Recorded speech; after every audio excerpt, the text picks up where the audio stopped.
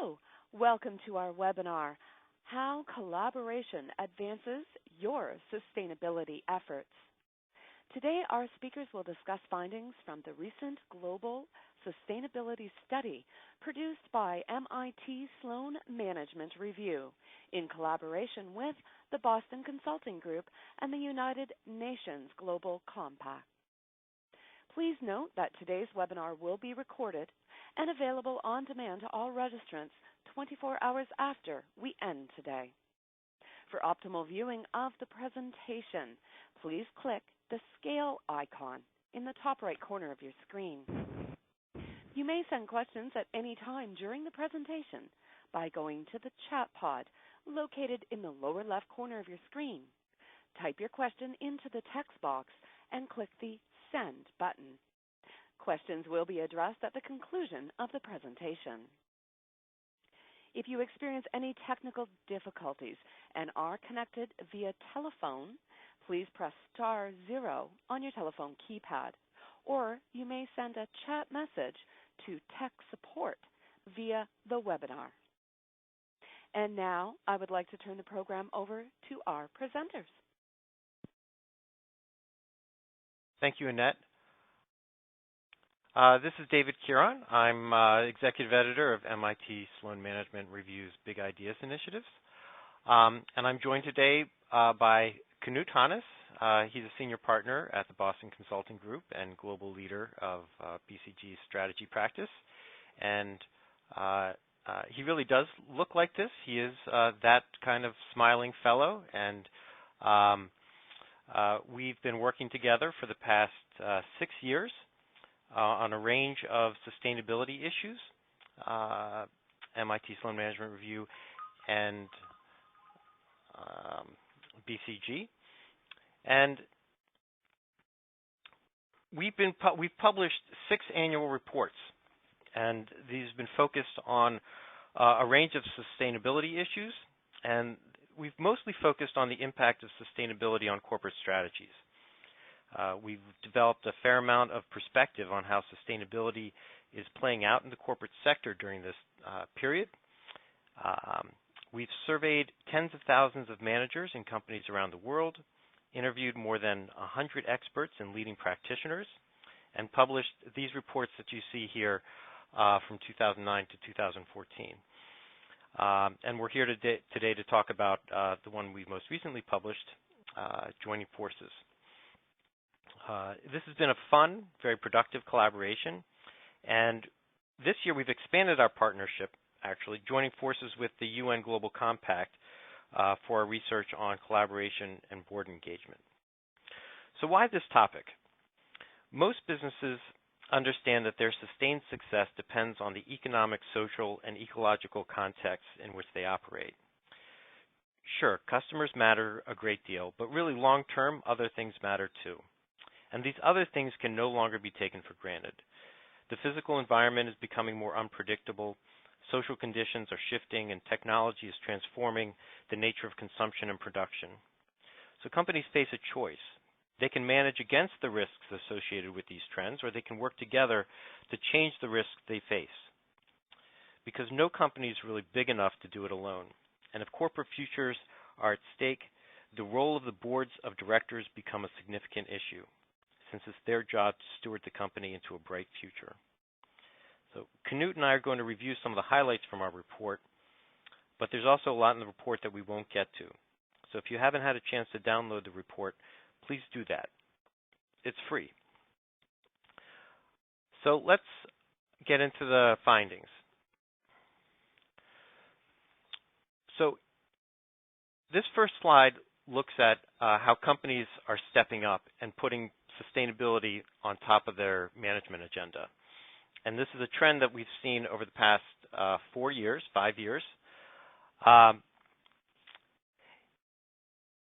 So in 2010, less than half of companies had sustainability as a top management agenda item. And 5 years later, that percent has risen to close to 2/3. And this certainly reflects a positive direction. And we're also seeing increases in reporting on sustainability issues over the same period. more companies identifying within them roles with responsibility for sustainability, and there's also been a growth in the number of key performance indicators at the operational and personal level. So companies are stepping up, though with one not so minor exception.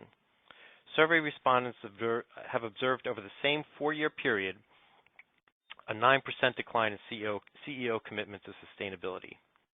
So we'll continue to monitor this trend in the coming year. Knut? Thank you, David, and thank you for your very kind comment about my smile. I'm smiling when I work on sustainability because it just feels meaningful.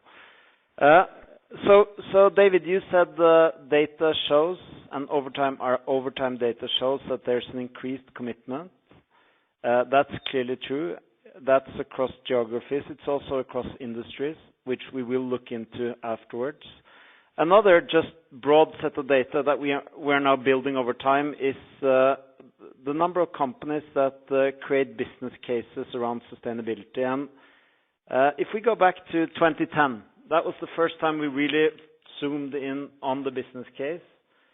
We identified a group of companies that we called at the time the embracers, so the companies embracing sustainability. And I would say a very important part of embracing sustainability was also building the business case, building the tangible quantification of the value created through sustainability. And that's something we've been tracking over time. And I think on this one, I think it's really a pleasure to see that the number of companies addressing the business case of sustainability has increased. So there are fewer and fewer companies that don't really address and calculate the business case of sustainability. So that seems to us to be a necessity for really stepping up and really addressing this in a serious way. And we see the trend in that respect being very positive. So these, the kind of the stepping up and also the question of the business case, both of those are questions that we've been tracking since we started looking at this data in 2009. This year, as you said, David, we looked into a couple of issues. One issue is collaboration. We really want to understand do executives really see collaboration as important, and why is it important, and why is it difficult to collaborate? And the data, and we'll go into the data. The data clearly tells us that executives see collaboration as necessary to really address sustainability.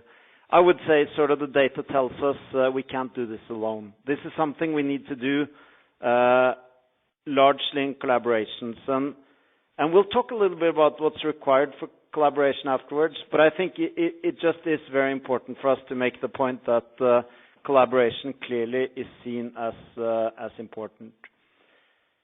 And then the trend. The trend is clear. The trend is also that more companies plan to do more collaboration. This is not uncontroversial, and it's not simple for the companies. This is something that is not easy, but it is, as the data also tells us, seen as necessary. So why do companies collaborate? I think there are many different reasons, and the reasons kind of point to different, I think, key rationales for addressing sustainability. So the the most important rationale or argument for engaging on sustainability collaboration is increasing reputation and brand building. So there's a cynical view on that, and then there's a much more fruitful view on it. And I think both come to play. The cynical view is kind of buying your way to a strong reputation. The more fruitful view is a credible signaling. We collaborate with partners that send a credible signal about our commitment to sustainability. So that's the reputation one. It's the one that comes across as most often the real reason for engaging on sustainability. Another one, very important, is innovation. Innovation in both products and services. And that's something we see in interviews, discussions, and through our experience as well. Sustainability is, done right, a very good trigger for innovations in terms of resource productivity, waste reduction, etc., etc. So that's clearly a strong rationale as well. And then I'll just mention two others. The third one is third most important one is market transformation, and this one is really about tipping change in industries, in clusters, in geographical markets, etc.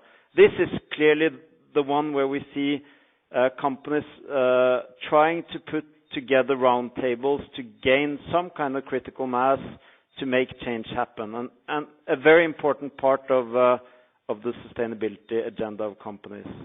And then, of course, risk management, which has been there as a rationale for doing sustainability through the whole sort of build-up of data over the last six years.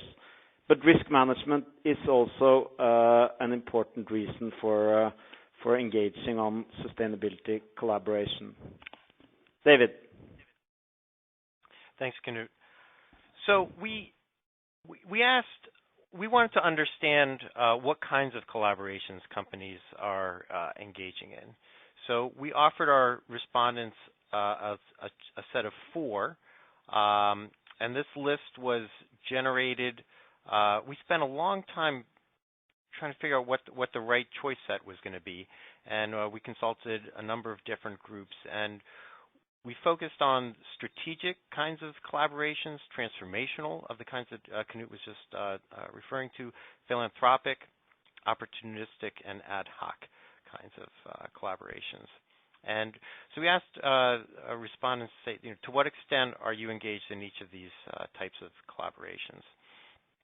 And it was a bit of a surprise to us that strategic collaborations were so frequently mentioned as types of collaborations that organizations are really conducting. So 43% of respondents said that they were engaged in collaborations to a great extent, and if you add in the moderate extent, it's 74%. So almost 3/4 of the folks who said that they were engaged in collaborations of any kind were engaged in strategic collaborations. And the next highest was of the transformational sort, and that's a little more than half were engaged in collaborations of this type to a moderate or great extent. And philanthropic were further down on the list, which we were a little surprised by as well, because so many corporate social responsibility efforts can have a philanthropic flavor to them.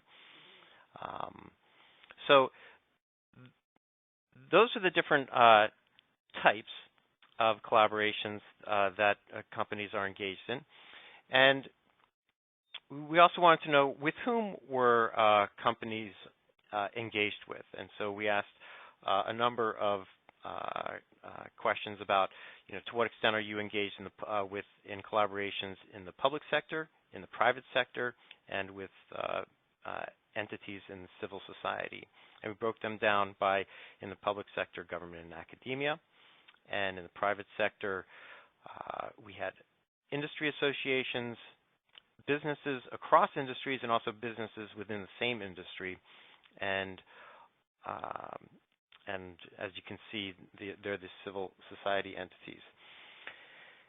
And the pink bars here represent what all companies who were engaged in collaboration said that they were collaborating with. And it looks like most companies that are engaged in collaborations are collaborating with within the private sector, with most of these collaborations occurring across the industry. And the next highest was through industry associations and within companies in the same industry. This finding became even more interesting when we looked at those companies that were heavily engaged in strategic and transformational collaborations. And when it's not the same distribution. And so it looks like the seriously engaged firms that are most seriously engaged with collaborations of a strategic or transformational nature are having collaborations across a wider segment of sectors, across the public sector, across the private sector, and civil society. And the key difference here is with the businesses across industries. That seems to be where one of the biggest jumps is. And then also with multilaterals. Companies that are most heavily engaged in strategic and transformational collaborations are much more likely to be involved in multilaterals. So we have a number of examples in the report that illustrate strategic and transformational types of collaborations, and we selected one here to talk about, and I'll briefly review this one example. This is the example of Netafim, which is a Israel-based agribusiness that does drip irrigation, and they're a global organization with most of their work focused on third world countries and developing in the developing world. So drip irrigation businesses are the drip irrigation technology have drippers that slowly emit certain amounts of water and nutrients at low pressure directly to plant root system, and this tends to increase yields and reduce water use, and it's an ideal technology for small farmers. It enables farmers to use less water and energy, and Netafim in India set up a dealer network that reached thousands of small farmers, and they supported the dealers with technicians, field assistants. They organized trainings and provided training, and they even created a financing mechanism. And they were not going to be able to deliver their technology or sell their product to enough of these farmers unless they collaborated and created a vast network of dealers. And this was a crucial part of their strategy for growth in that segment of the world. And as you can see, they've had very strong growth.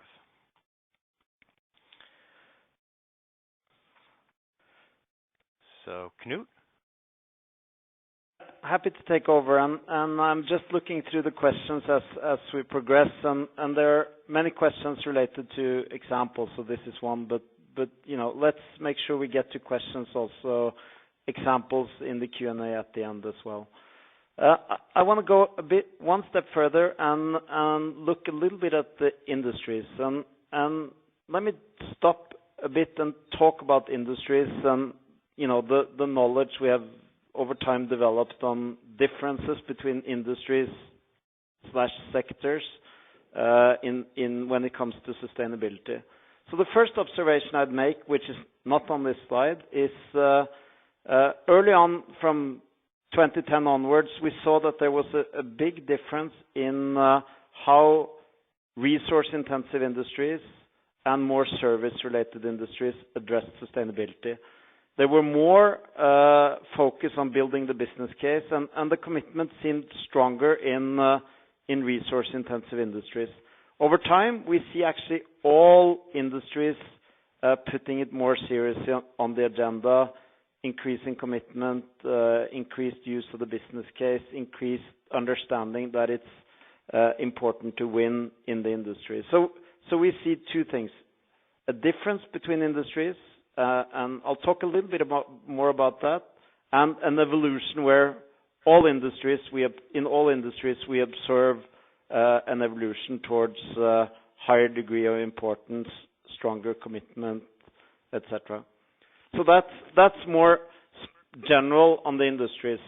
This year, of course, we didn't only ask about the industries. We asked about, where do we see most extensive collaboration, and the industries that come up high are also industries where we have seen the commitment and the importance of sustainability as being high through the last 5-6 years. Automotives being very high, industrial services, chemicals. These are also in many ways the typical industries where we have seen early movers, we have seen strong commitment, and we, as a consequence, are not surprised to see a high degree of collaborations. I think we'll see more collaborations in others as well. Financial services is the one that comes out with less focus on collaborations, but I think there's a trend also there. I would say, though, that in service industries where financial services is a good example, the focus on sustainability is, at least the weighting in terms of what sustainability is a bit different. It's maybe more on the, let's say, social axis, a little bit less on the ecological axis, not because it's less important, but because the footprint and the impact of the industry is simply different from resource-intensive industries. But I think it's interesting for us to see that there are differences in terms of collaboration between industries. And there is also a significant difference when we cut it along key business activities as research and development, supply chain, etc.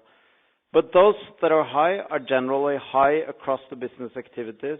Those that are low are generally low across business activities. And I think what will be interesting for us, David, is to look at this also over time. But I would say high degree of importance and urgency on sustainability drives more intensity in terms of collaboration. And then some of those who have less, I think we see an evolution towards higher degree of importance, and I think we'll see more collaboration as well. So that's a little bit on the industries. If we move on and just sort of look at, this is a simple question in a certain way. What does business give? What does business receive in the collaborations? I think let's kind of look at the simple version and then talk a little bit about the more sophisticated interpretation of this afterwards. Simply put, I think companies, of course, collaborate with not only other companies, that's the most important axis, but I think also they collaborate with NGOs, research institutes, governments, etc. So what we see as a kind of main observation here is that companies contribute with funding, expertise, relationships, and what they collaborate for is very often sort of the convening power, the influence, etc. And I think this is kind of a nice way to illustrate a win-win. But this is, of course, in bilateral collaborations. We also see multi-stakeholder collaborations where the win-win is less simplistic than this kind of what do I give and what do I get. But I think it paints a nice picture, and at least it gives us a lever to start looking into creating complementary win-win collaborations in the area of sustainability. If you look at the next one, I think this is also a very interesting slide. So in the beginning, I said 90% of executives state that collaboration is important to reach sustainability goals. But only less than 50% of the companies respond that they're active when it comes to collaborations.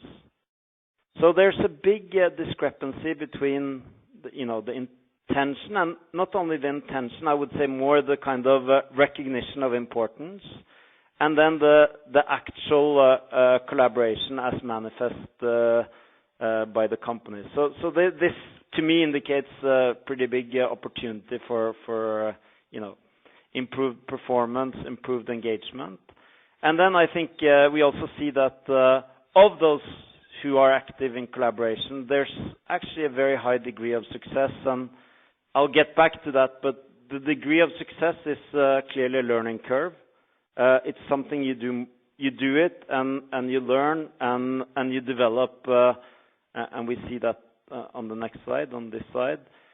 You actually develop a capability, the capability of collaborating effectively around sustainability opportunities, the sustainability challenges more broadly. And I think it's really important that, as in other areas, R&D as one example, so innovation, we learn and we build capabilities through doing it. So collaboration is important to achieve aims, but it's not easy to get it right in the beginning. Over time, we clearly see that companies become more efficient. They learn not only how to collaborate, they learn who to collaborate with. And collaboration is a trust, it's a mutual activity, it's a mutual language, etc. And David, you will go a little bit more into what is required to succeed in sustainability collaboration. Yeah, thanks, Knut. Yeah, there certainly are a number of keys to success in sustainability collaborations. And as we researched this, we found there are a number of organizations that have their own lists for what makes for success factors in conducting sustainability collaborations. And certainly there is no one-size-fits-all kind of lessons to be applied to the full range of sustainability collaborations that exist, but we put together a table in the report that breaks down a number of success factors that have been mentioned a number of times across different organizations. And we, through our own, through interviews and through our surveys, we identified a couple of other success factors that don't seem to have gotten as much attention, and they're listed here. And we just wanted to run through these. And the point of this slide is in large part to highlight that sustainability collaborations are really complex activities that can last for differing lengths of time, but there's a lot that goes into them. It's when you're working across organizations, across different kinds of organizations, there are a number of factors to consider. And I just wanted to respond to one of the questions that has come in, and our survey did include small and medium enterprises. We had large multi-billion-dollar companies in the U.S., in Europe, and elsewhere. We also had small and medium enterprises across in more than 100 countries.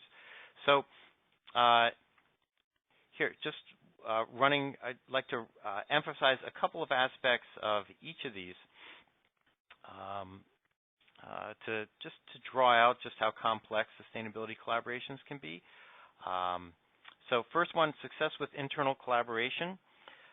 If you work in sustainability, on sustainability issues within your organization, and you're not successful working across your own organizational silos, the odds are you're going to be less effective collaborating across when you start working across organizational boundaries.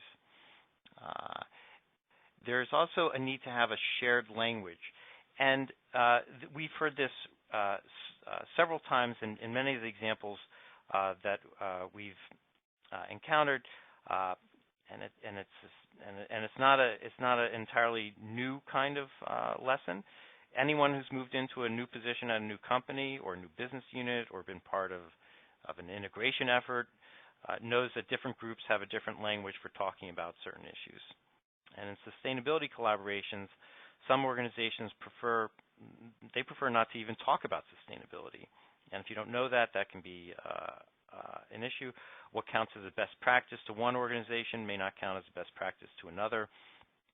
So coming to grips with having a similar language can help join the two the organizations that are at play in a collaboration in a unified direction. Our survey found that board engagement was one of the hallmarks of success with successful collaborations.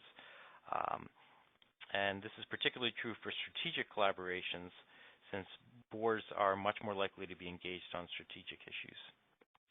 Now, we're not recommending that you go over your manager's head to involve your board, but we're just observing that boards can be an untapped resource for supporting sustainability collaborations. For timely engagement, in the parentheses, in the parenthetical there, what we found is that in multi-stakeholder collaborations, it's often the case that some stakeholders will play a more prominent or important role at the beginning. They may drop off. They may play an important role as conveners to bring people to the table, and then have the people at the table sort of move the collaboration forward. People can come in midway with extra dollars and then fade away. It's not the case that everyone needs to be involved all the time. One of the key additional findings that really people do matter. The right stakeholders with getting in the room when you're forging a collaboration and when it's ongoing, having the right stakeholders with the right authority and the right temperament who know how to manage their own interests, respect the position of others, and listen well are key. They have to be trustworthy but also trust-giving. And it's easy to miss on any of these characteristics in any given person. Having the right people really does matter. In terms of due diligence, many collaborations between NGOs and corporations can fail at an early stage unless the organizations have a frank and in-depth understanding of one another or willingness to learn about and from one another. Right entrance and exit strategies. This is similar in several respects to timely engagement, but it's also, organizations don't need to overstay their participation in a collaboration. And oftentimes when you enter into a collaboration, it can go better while you're in it if you sort of have a sense of what you're trying to achieve and when you're going to leave.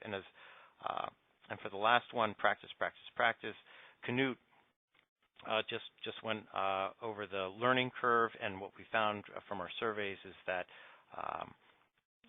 experience really does have a contributing effect to the success of a sustainability collaboration. So that is in like a very brief history, a very brief condensed version of like one set of keys to success in sustainability collaborations. So we're going to switch here to talk about the other focus of our survey, which is on board engagement. And we asked a number of questions about board engagement because as companies that take sustainability more seriously and get more engaged with sustainability as a strategic issue, that inevitably is going to bring in the board whose job it is to steward the company into a bright future. So our main goal with the survey was to get a sense of what managers' perceptions of the role of their boards of director are in sustainability, and this is not sustainability collaborations, but sustainability writ large, and really are boards meeting these expectations. And as this slide suggests, there's a fairly wide managerial consensus that boards should play a strong role in sustainability. 86% agree that boards should play a strong role in sustainability. The question is, are they? And the short answer is no, not really.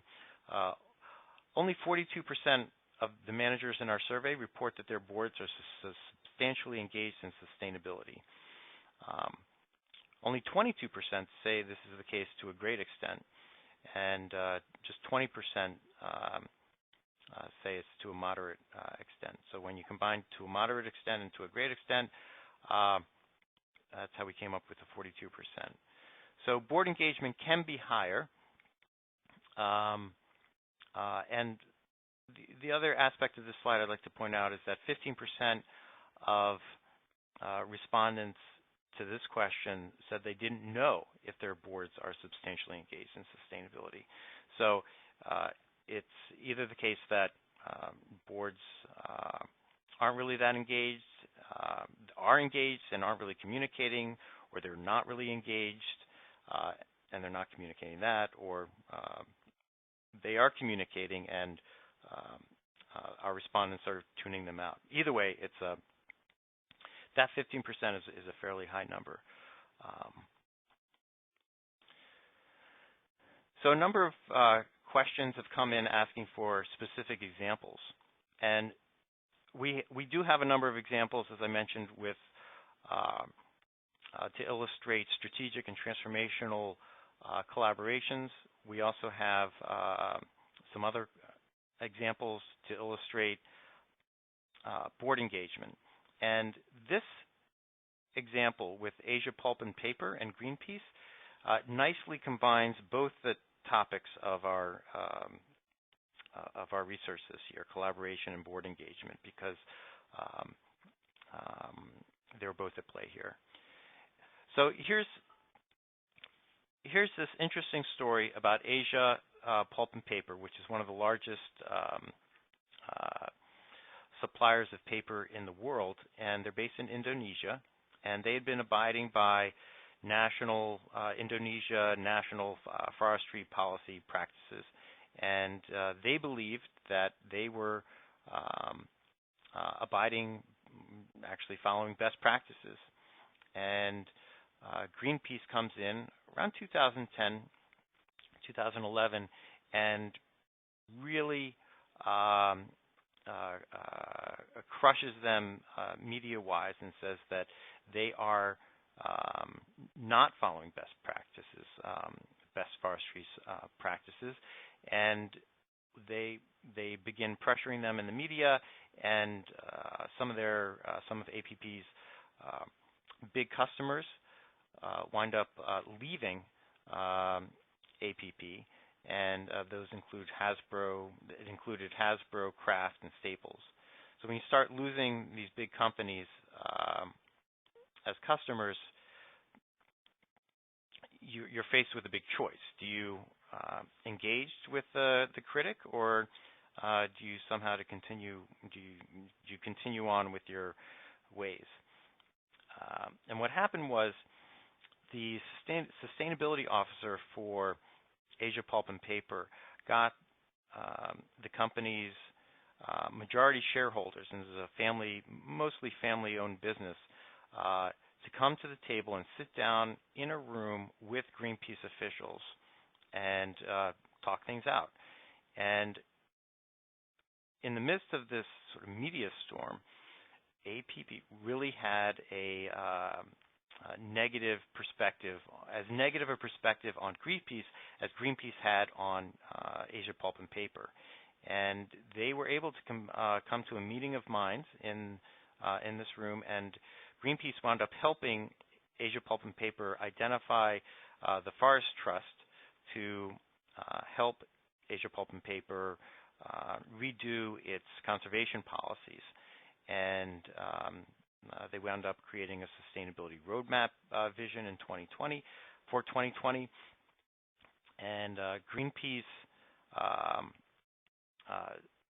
took the position of monitoring what APP was going to do, and wound up suspending its campaign against them as APP showed their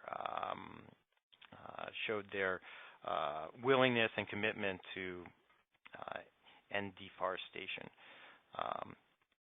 the verdict is still out, but this was a nice story that illustrates how board engagement really helped move APP, Asia Pulp and Paper, past one of its big critics. There were some real questions about the extent to which they were forced to make this switch, but APP wound up collaborating with the Forest Trust to revamp its conservation policy, and it's a nice illustration of collaboration and board engagement to further sustainability ends. So Knut, you want to let's move on to I'll take it over and just Yep. very quickly sum up. And I think the takeaways are relatively high level, but I think they're a nice kind of entry point into the Q&A. So I do think that sustainability is clearly on the top management agenda. I think that's not something we show only this year around. That's something we show through the over time data we are collecting, and we see it very clearly. It doesn't mean that it's simple. It doesn't mean that it's tangible enough in all companies, etc. But it is clearly on the top management agenda. I think there's also a consensus among executives seen through our data and others that collaboration is important. It is the way to go. Many issues can't be solved in isolation, particularly these that have to do with externalities. And that not only top management commitment is important, but also board involvement is key. It's almost, in many cases, the guarantee that we will actually stick with it in a kind of in a committed way, in a kind of up and down turn. So the board engagement is actually very important. And what I would mention there is this is also why we did collaborate with UN Global Compact this time around, which I think has been very worthwhile.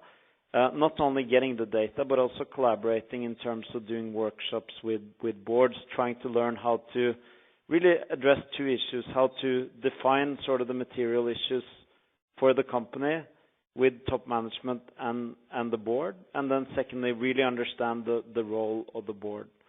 But I would say maybe last point, as you said it, David, the boards are still very much an untapped resource. I think there's more that can be done there from, let's say, a corporate board perspective. They can engage more, which makes sense for most companies. And then secondly, I would say that on the macro level, getting boards involved will also drive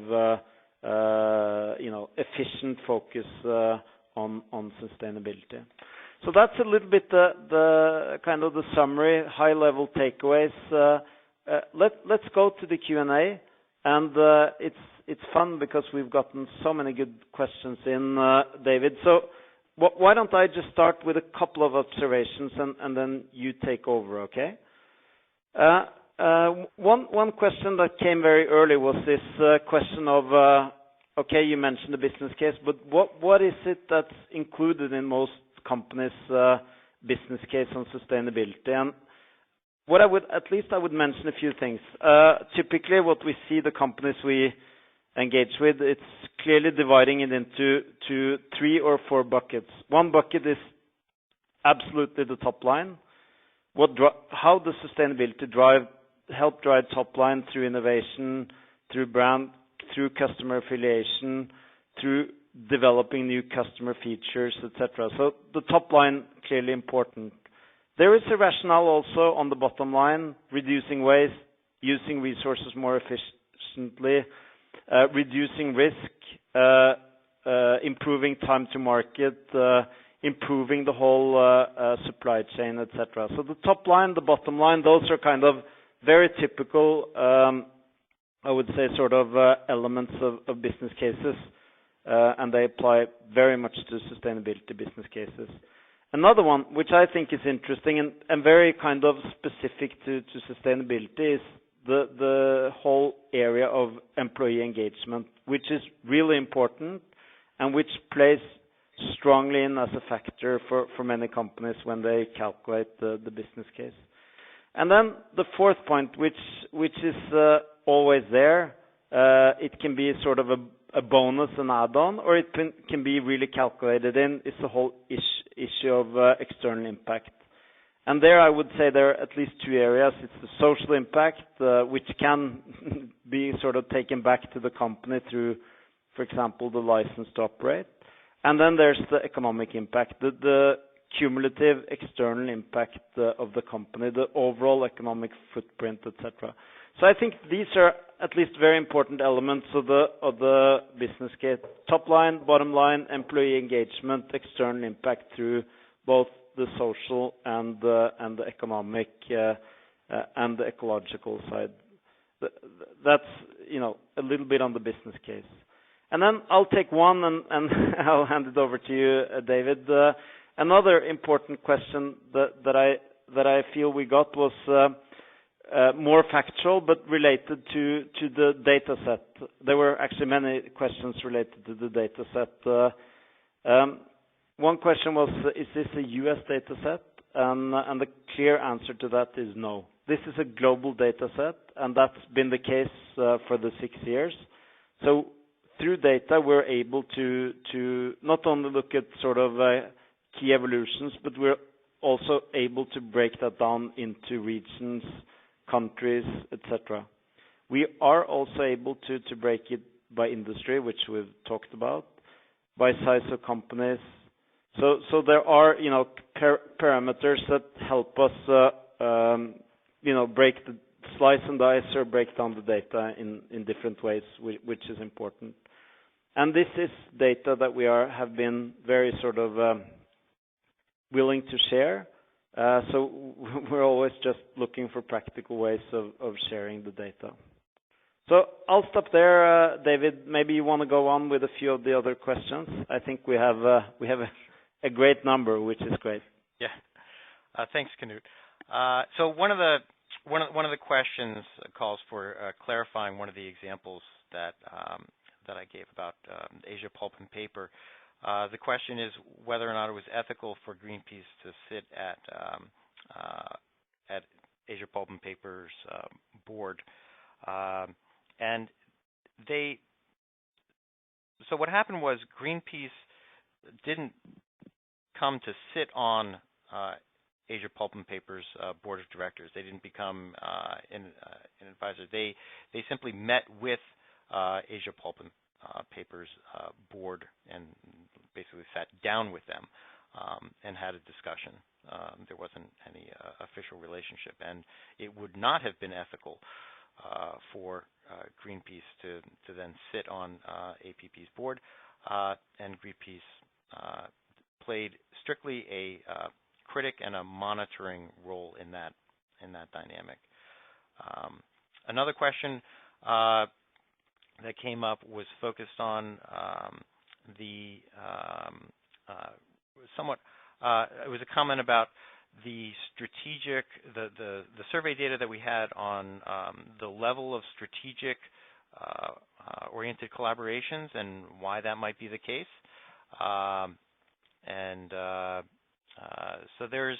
So we've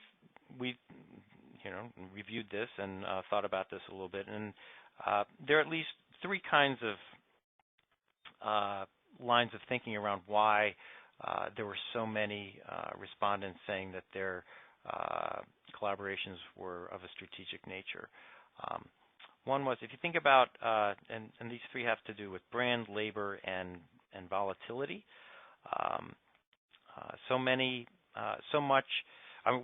The main reason that companies say repeatedly over the 5 years that we've been asking this question, why is your company engaged in sustainability? Always at the top is brand reputation, and since most of a company's value is tied up in intangible assets, in the report there's one citation of an 81% of a company's value is tied up in intangible assets. To the extent that sustainability and your perception as a sustainable company goes toward your brand value, that it becomes very important. And then when you're doing things with sustainability that connect with your brand, it's a strategic. It becomes strategic in virtue of that. It's also the case. Knut mentioned employee engagement is very important for how companies are thinking about sustainability broadly. But it's also the case that in acquiring talent,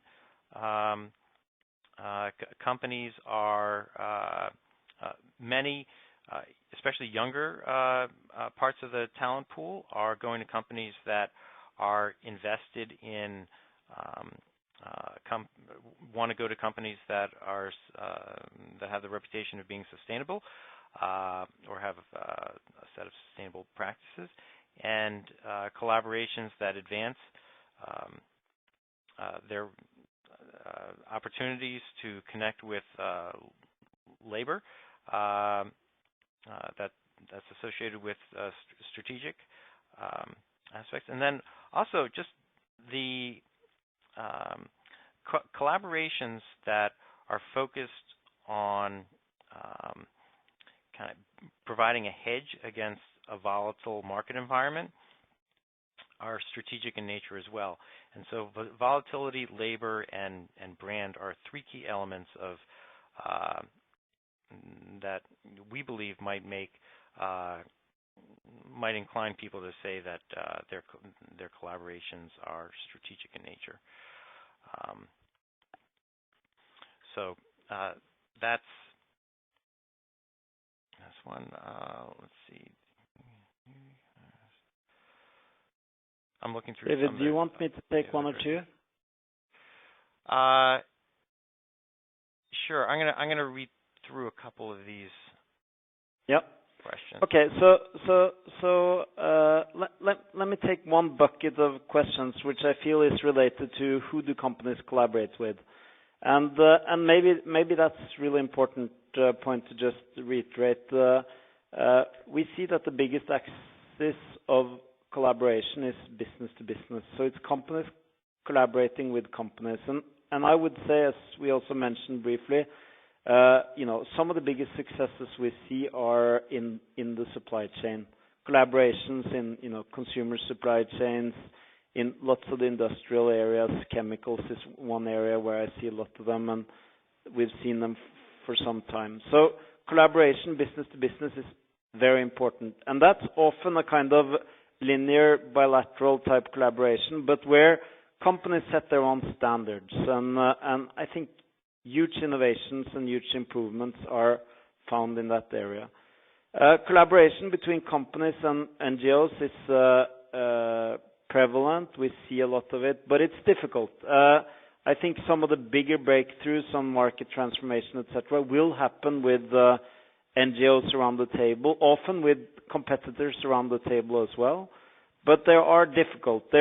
What we often see, and I think we see successful initiatives, and we will see in water usage regionally. We will see them in palm oil. Indonesia might be one of the first, maybe the most important one there. I think we see them in different areas.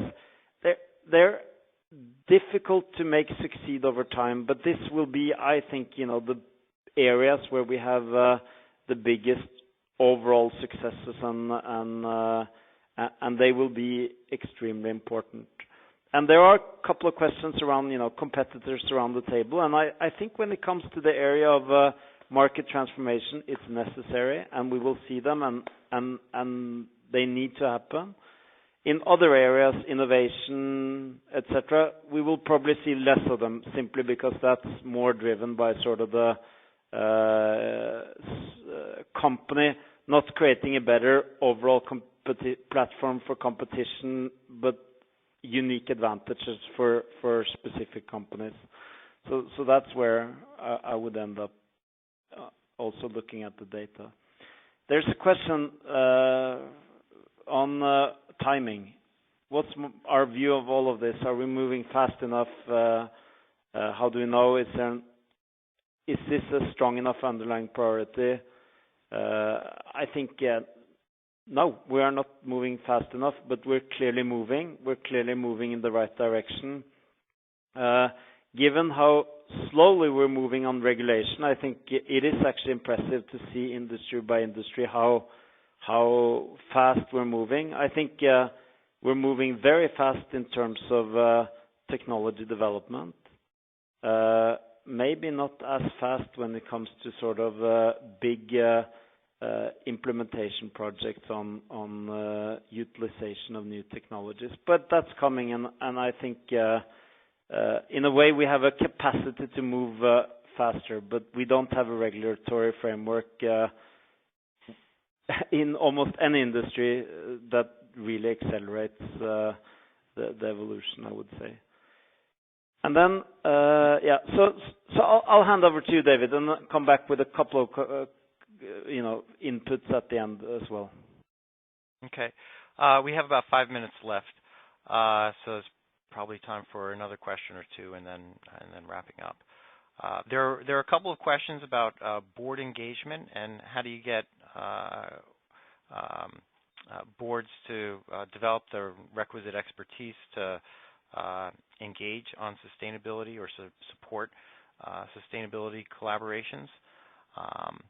And we have a table in the report that kind of outlines different aspects of board committees, different parts of board committees that could be changed or adapted to support sustainability. But there's also, there are a couple of larger issues around how to get boards engaged in sustainability issues that reach far into the future. And one of the problems that has been heralded as one of the big barriers for boards to get more engaged is the problem of short-termism, where there's this view that shareholders want, there's this focus on quarterly returns. Board members feel like they have a fiduciary responsibility to support shareholders, and there's if you look at the law and you look at the people who have done research on what the law actually says, there is no fiduciary responsibility to shareholders. There's a kind of a shareholder myth, and so to the extent that you can get your boards to pull back a little bit from the notion that they need to be focused strictly on quarterly earnings, or to the extent that you can get boards, if they're not directly supporting changes to how much the company focuses on quarterly reports, it's to have them work with other boards to create an environment where there isn't as much of a focus on short-termism. So that's one of the things that we discussed in the report. There's also, in terms of the knowledge question, like how do you get boards to become better informed about sustainability issues? There are a variety of ways to get advisory councils together, and sometimes these can be of an external nature, and we've found a couple of examples where external advisory boards have been very influential in helping shape board opinions about what the company should do with respect to sustainability. So that's we're almost out of time, but that's a couple of aspects of board engagement that we discuss in the report. In terms of wrapping up, Knut, did you want to wrap things up? I don't know if I'm able to wrap up, but I think I think this is the more kind of one input into a very important dialogue. I think we're just part of a really important dialogue, and there are a couple of questions around the circular economy, social responsibility, etc. I think we see a lot of very fruitful terms emerging to describe the opportunity as it relates to companies. Circular economy is a very nice framework for understanding and thinking about it. Shared value similarly.